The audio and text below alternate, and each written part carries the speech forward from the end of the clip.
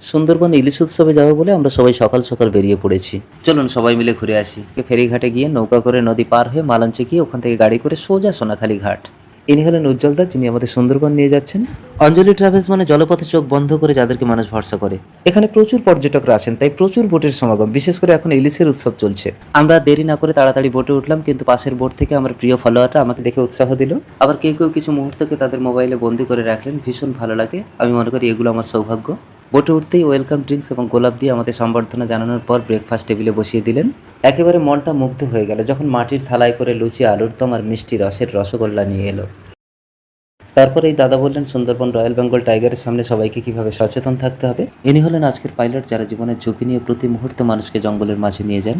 যাওয়ার পথে প্রথমেই আমাদেরকে বালিঘাটে নামালেন। ওখানে লোকনাথ বাবাকে দর্শন করতে হবে, কারণ লোকনাথ বাবা বলেছেন, রনে বনে জলে জঙ্গলে যখনই বিপদে পড়িবে আমাকে স্মরণ করিবে।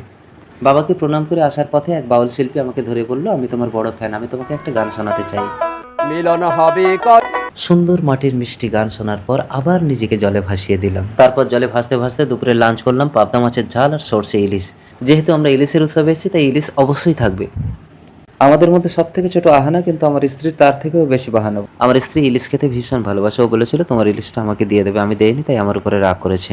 বোটের উপরে সবাইকে একদিকে বসলে হবে না, তাই অন্যদিকে সায়নরা বসে বেশ মজা করে খাচ্ছিল। পাশের বোট থেকে সবাই আমাদেরকে ডাকছিল। বলতে বলতে আমরা জঙ্গলে ঢুকে গেছি। বাঘের গর্জন শোনা যাচ্ছে, কিন্তু জঙ্গলটা জাল দিয়ে ঘেরা আছে, কোনো ভয় নেই। একটা বোট আমাদেরকে ওভারটেক করে যাওয়ার পথে আমার সাথে হাত মিলিয়ে ছবি তুলে গেল। আমি সবাইকে জিজ্ঞাসা করলাম কেমন আছেন, সবাই বলল ভালো। তারপর বিকালে আমাদের সবাইকে পেয়ারা খেতে দিল। নদীপথে চলতে চলতে সন্ধে নেমে এলো। তারপর পাখিরালয় বলে একটা জায়গায় নামিয়ে রাতটুকু স্টে করার জন্য একটা গেস্ট হাউসে নিয়ে গেলেন। চারিদিকে মনোরম পরিবেশ, মেঘাচ্ছন্ন আকাশ, সন্ধেবেলা চা পকোড়া। তারপর আমাদের মনোরঞ্জন করার জন্য ছৌ নাচের আয়োজন করলেন। তারপর রাতের ডিনার টেবিলে ইচ্ছে মতো মটন আর পোলাও। আপনাদের হাসির যোগান দেওয়ার জন্য আমাদের প্রতিদিন নতুন নতুন কন্টেন্ট বানাতে হয়, আমরা কোথাও বেরোতে পারি না, তাই আজ ভীষণ ভালো লাগছে। রাত পেরিয়ে সকাল হলো, আবার সুন্দরবনের উদ্দেশ্যে রওনা দিলাম। শুধু ভাবছি এখানকার মানুষের জীবন কত ভাটিয়ালি। চলতে চলতে আমরা পৌঁছে গেছি আবারও গভীর জঙ্গলে, যেখানে মানুষের কোনো বাস নেই।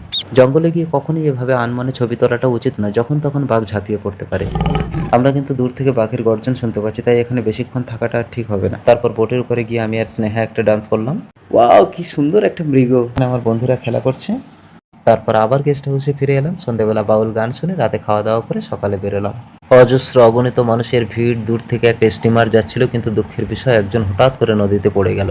তাকে বাঁচানোর জন্য একটা ছোট্ট বাচ্চা ছেলে লাইফ জ্যাকেট পরে জলে নেমে গেল।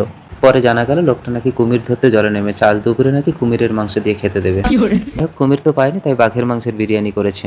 বাঘ মানে আমি কিন্তু বাগদা চিংড়ির কথা বলছি, কিন্তু না, ইলিশের উৎসব মানে ইলিশের বিরিয়ানি।